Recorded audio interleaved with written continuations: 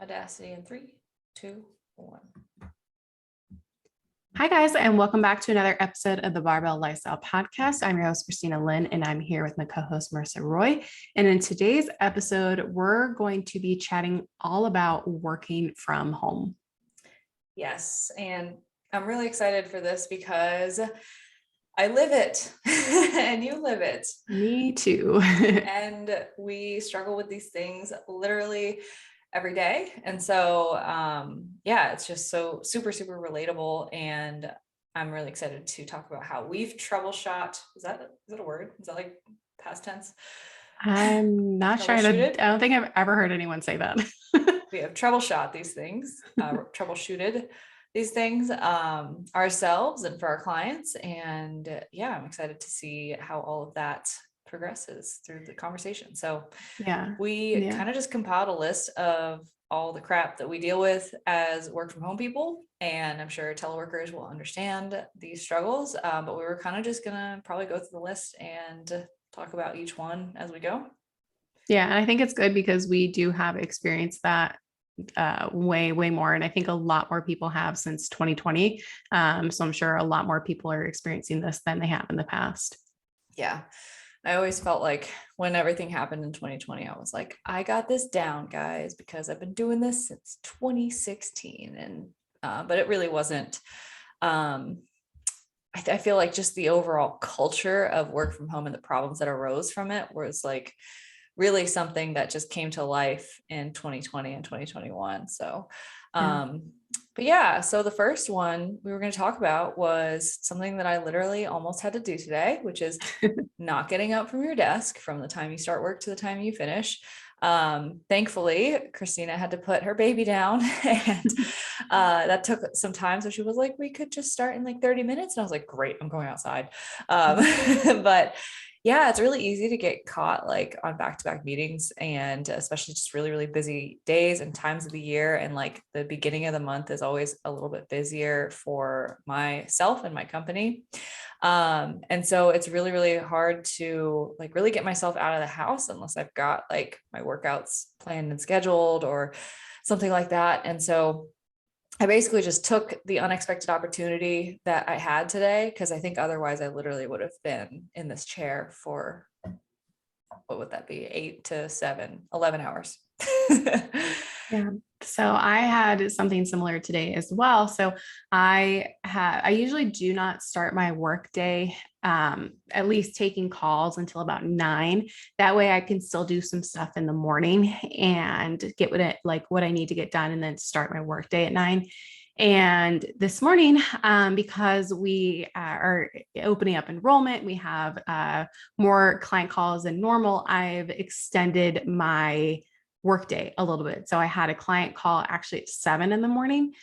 So I was like, well, if I don't do anything before 7 o'clock, I'm not going to go out because it's so freaking hot out in the middle of the day. And I'm like, I'm not doing that. I'm not taking the baby. I'm not taking my dog at that time. So I was like, well, I have to get out of the house by 6 in the morning.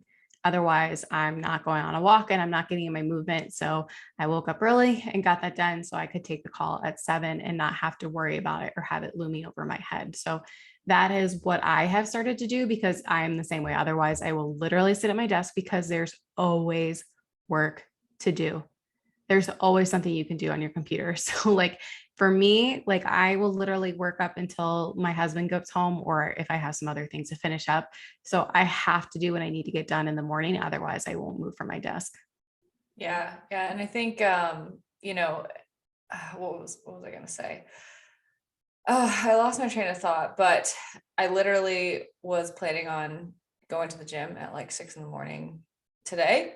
And this will lead me into another work from home issue, which is the reason that I didn't do that, is really trying to find the balance between like relaxation time after work and winding down, and also getting to bed on time while doing that. And then if I'm able to get to bed on time, then waking up earlier to do stuff like that. So for myself today, I kind of pigeonholed myself into this situation because I was going to wake up early to go to the gym, and then we stayed up too late watching TV because I didn't finish work until a particular time, and it just drags out later and later and later. So, what I would say is try to block in scheduled times that you can go on walks and get out from the house throughout your work from home day, especially, busier times, longer times.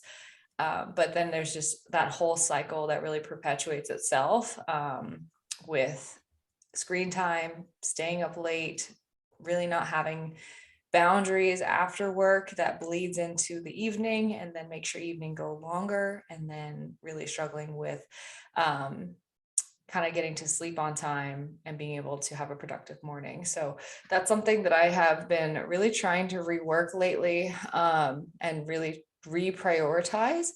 And I'm not successful 100% of the time. Like last night was a perfect example of that. So I woke up at, I think it was 7:30, and I was like, well, got to get going, but I prioritized sleep so I could like manage through this day.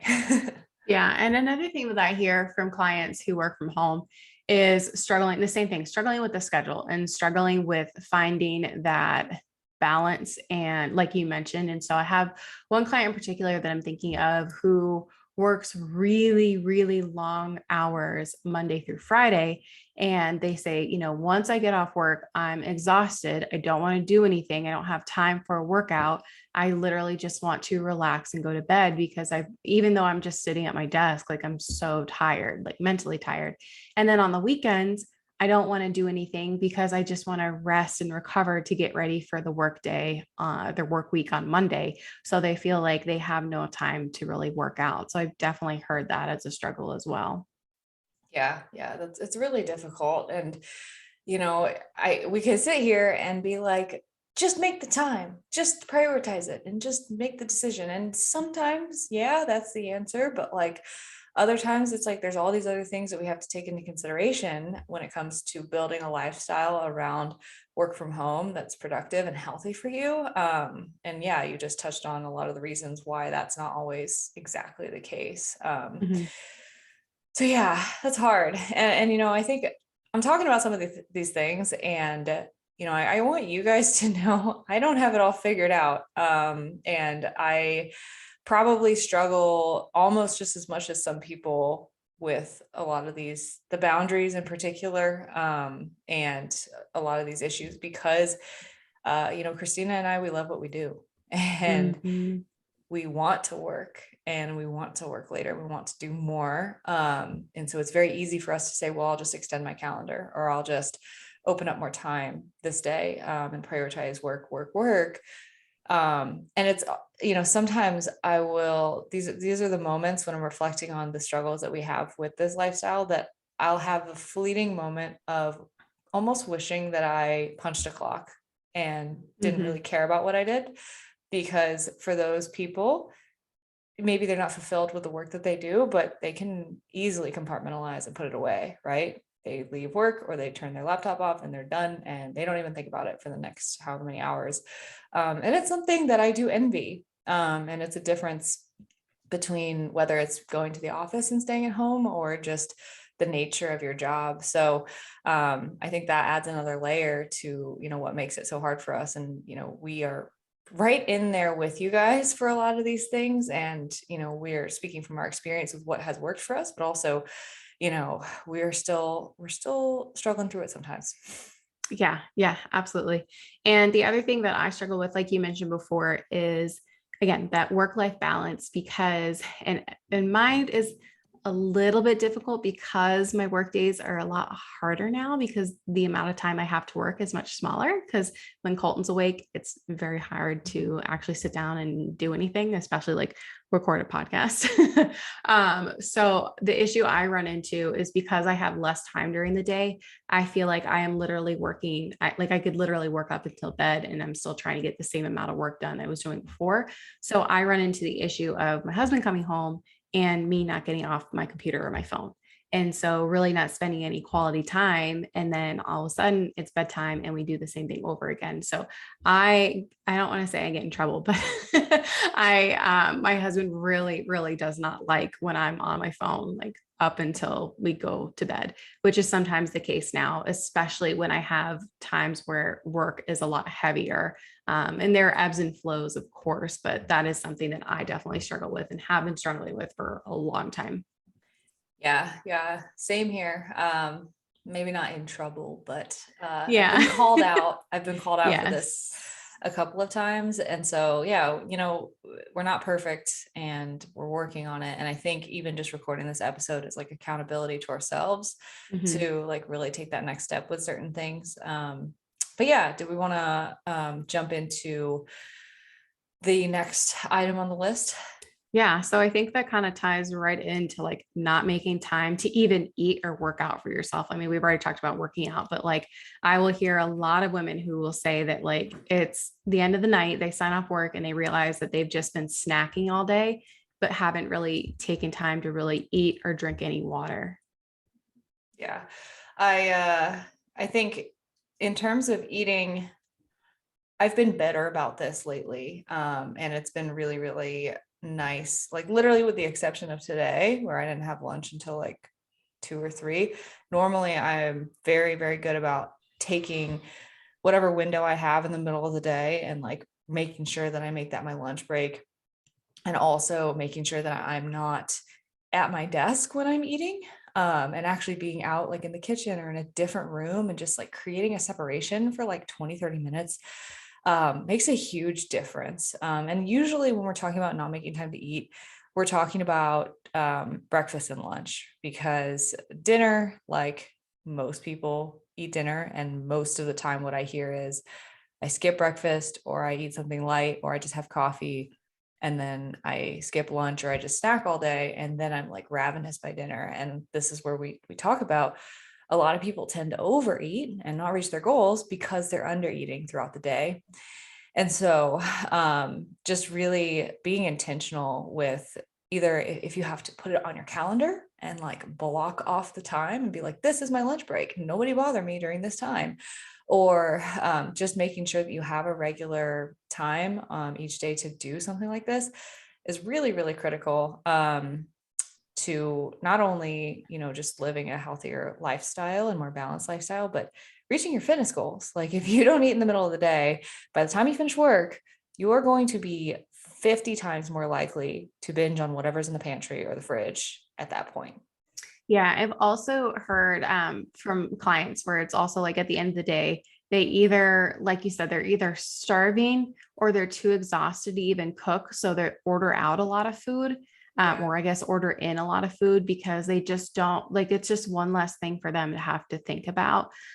So one of the ways that I combat, and I'm very guilty of this too, especially with my son, like just again, so weird to say. But like sometimes I find myself not eating till like, noon, and that's my first meal of the day. So trying to have certain like non-negotiables before I even sit down and touch my computer. And I know that can be more difficult for people who have to be on at a certain time versus, us, if we're able to just kind of set our own schedule depending on our call calendar and things like that. But one of the things that I am being way more intentional of is meal prepping. So I'm not doing my fancy meal prep where I'd make like all of these like, breakfast, lunch, and snacks and stuff for myself and my husband. I am just doing like prepped protein. And that has helped me so, so, so much because I feel like it takes me a couple minutes to make a meal. And it's funny because I feel like um, when people think, oh, you're working from home, like you can just go into your kitchen and like make this gourmet meal for yourself. And you're like, no, I don't have the time.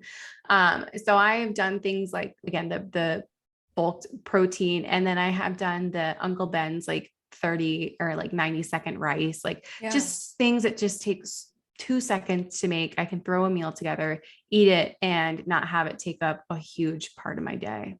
Yeah.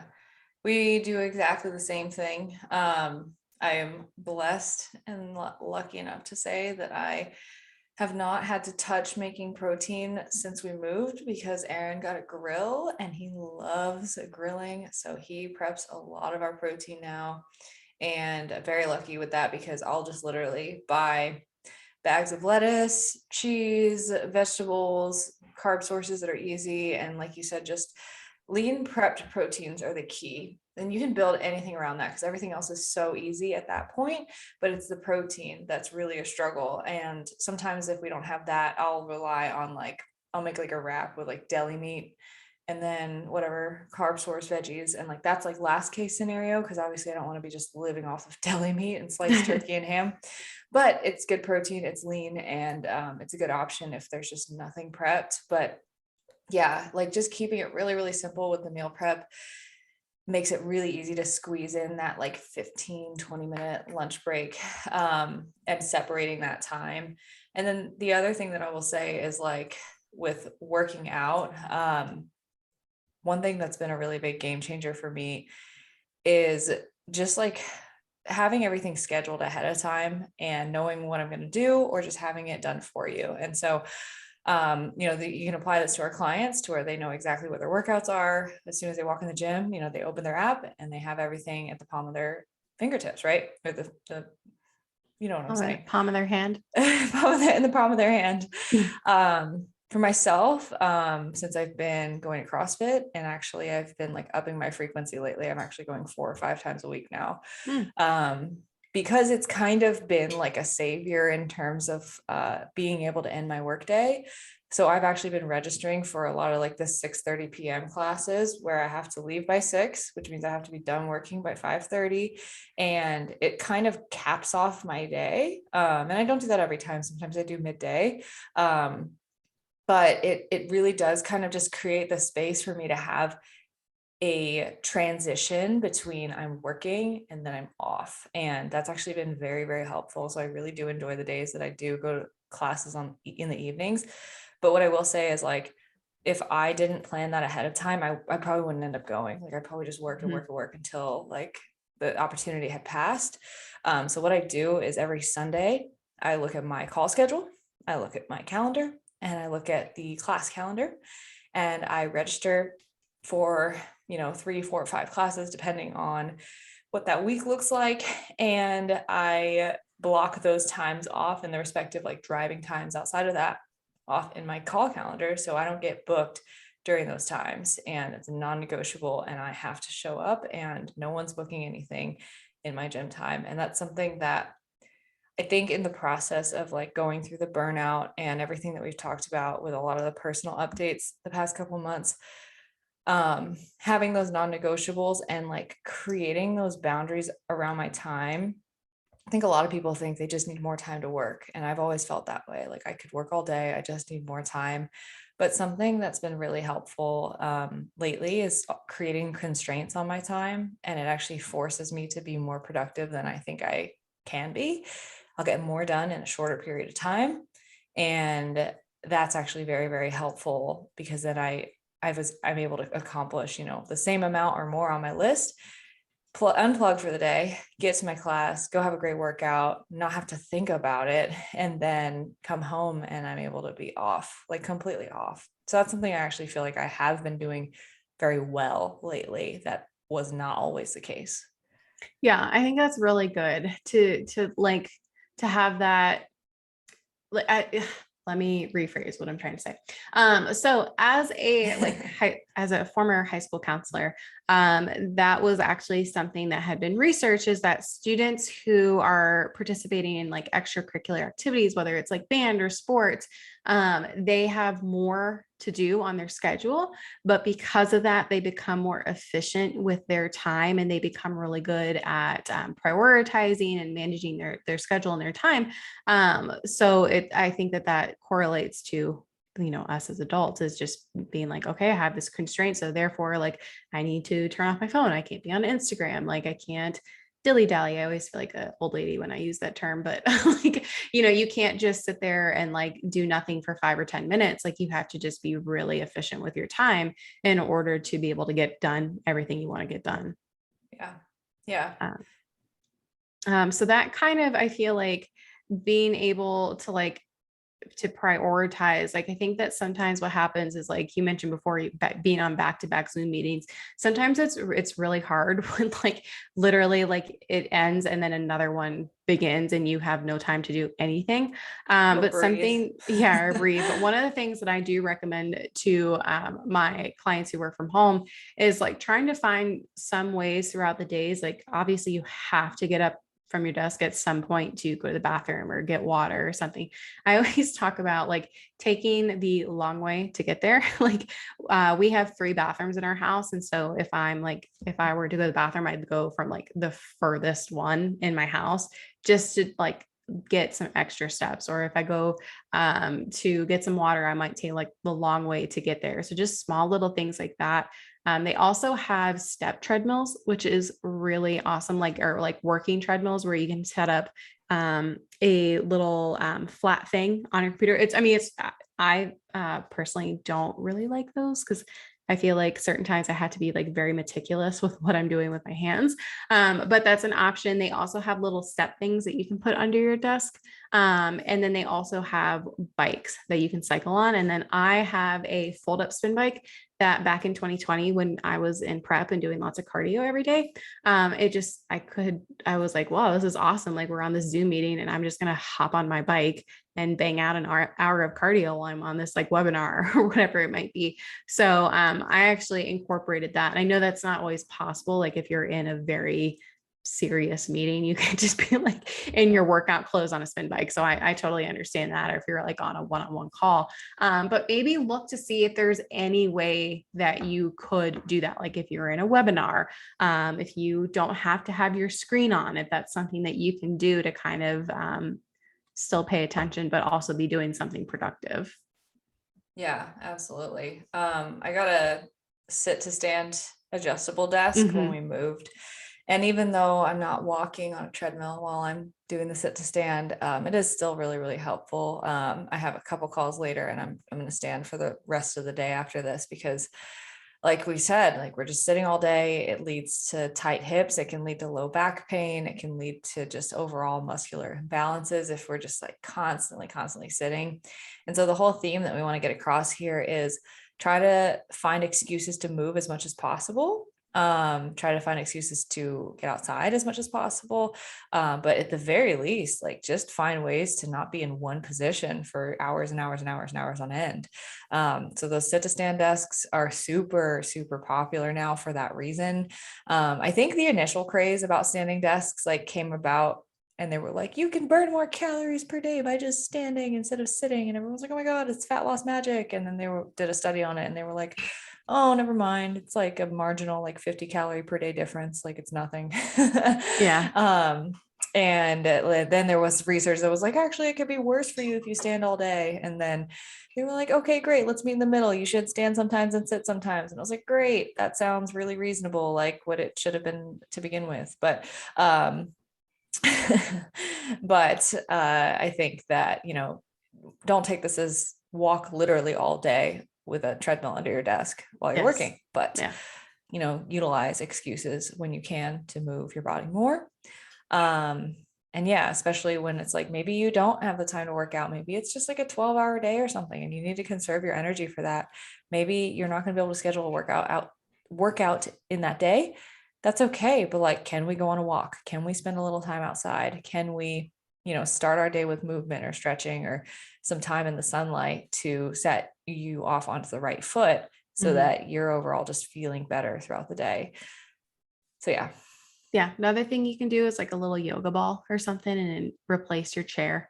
And it's just something to get a little bit of movement in. So just like small little things that you can do throughout the day. But I think that's a really good reminder to like not stay in the same position all day, because definitely the tight hips and low back pain, because that can also correlate to like how you're feeling during squats and deadlifts and things like that. Yeah.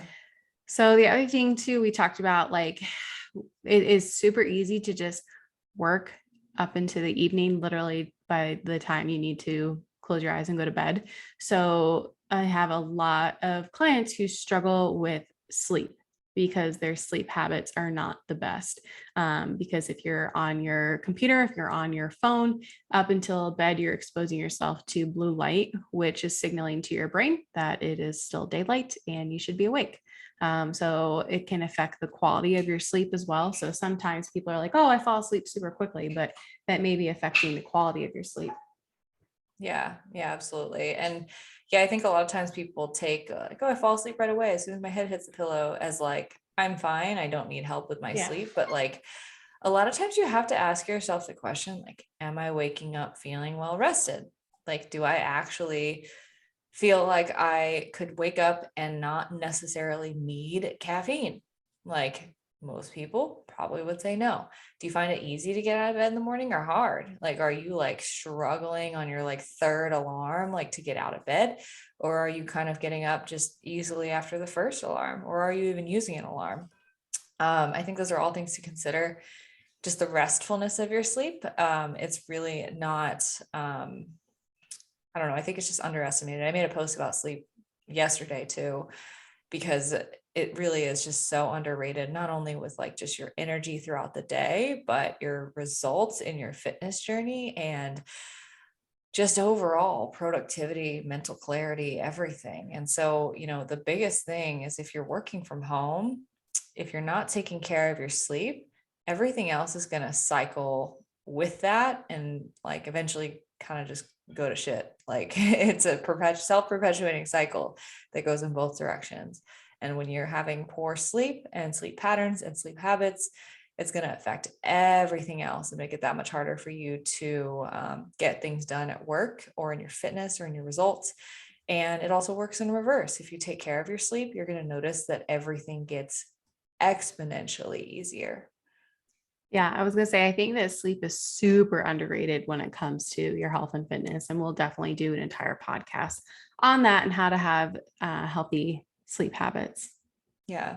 But I think just in context of this conversation, like the biggest thing that I found makes a difference is like screen time close to bed. So, Mhm. Even if you are going to watch TV up to bedtime, because that's literally what I do right now. And it's a habit that I don't know if I'm necessarily willing to give up because it is like really good quality time that Aaron and I spend together.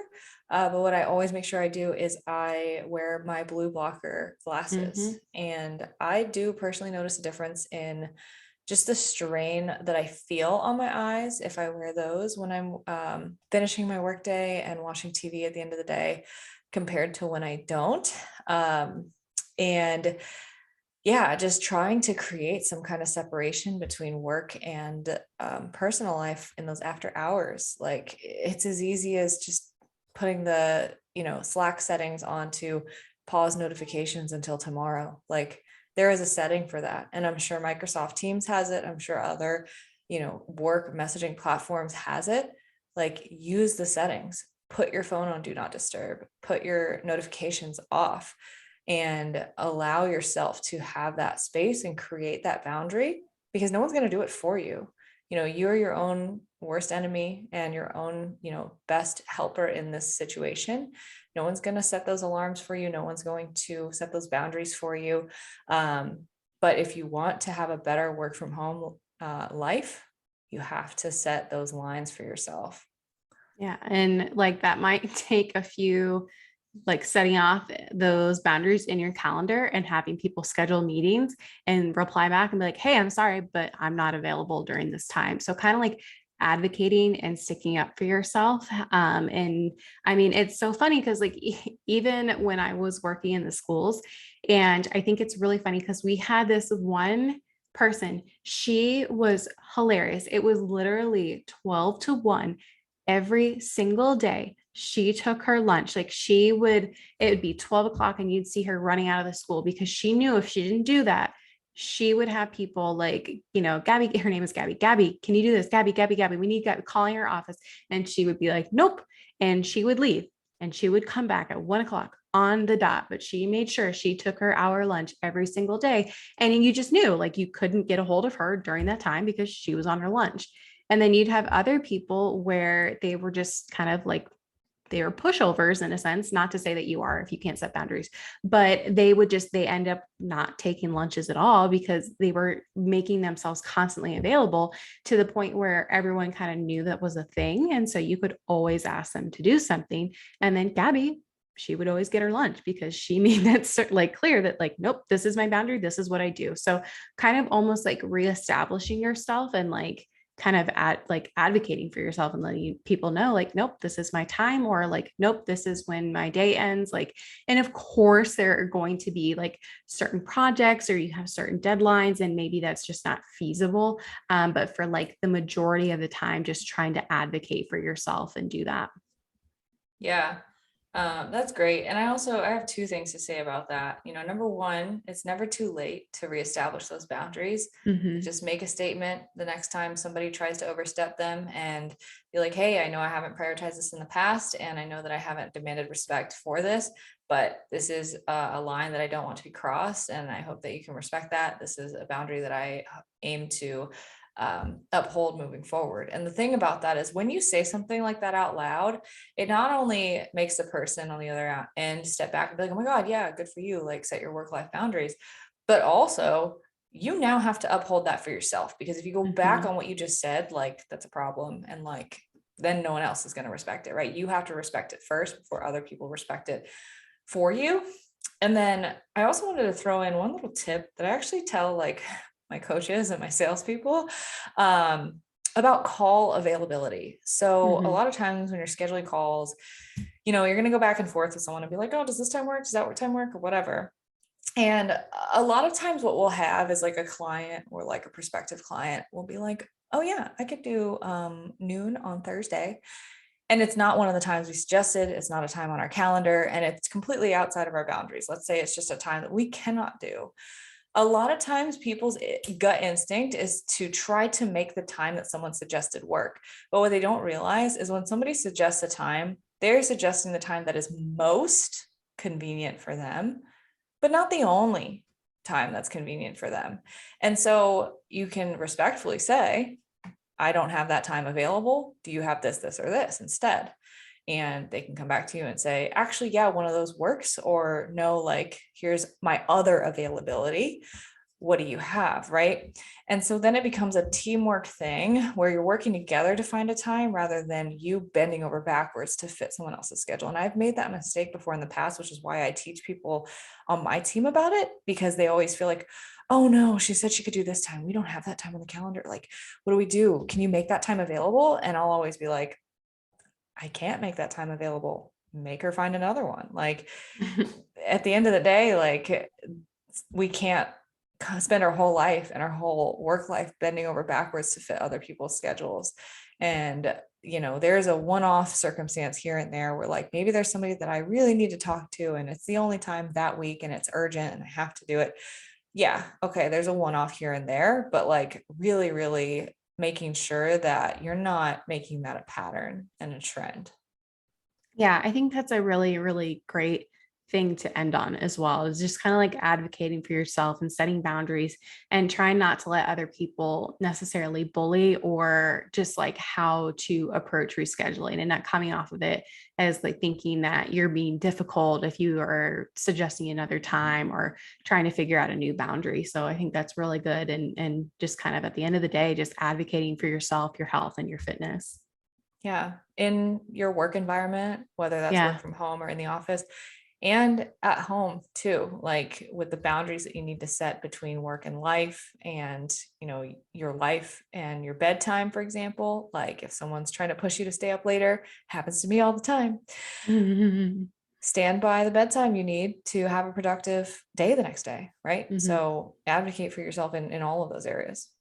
Yeah.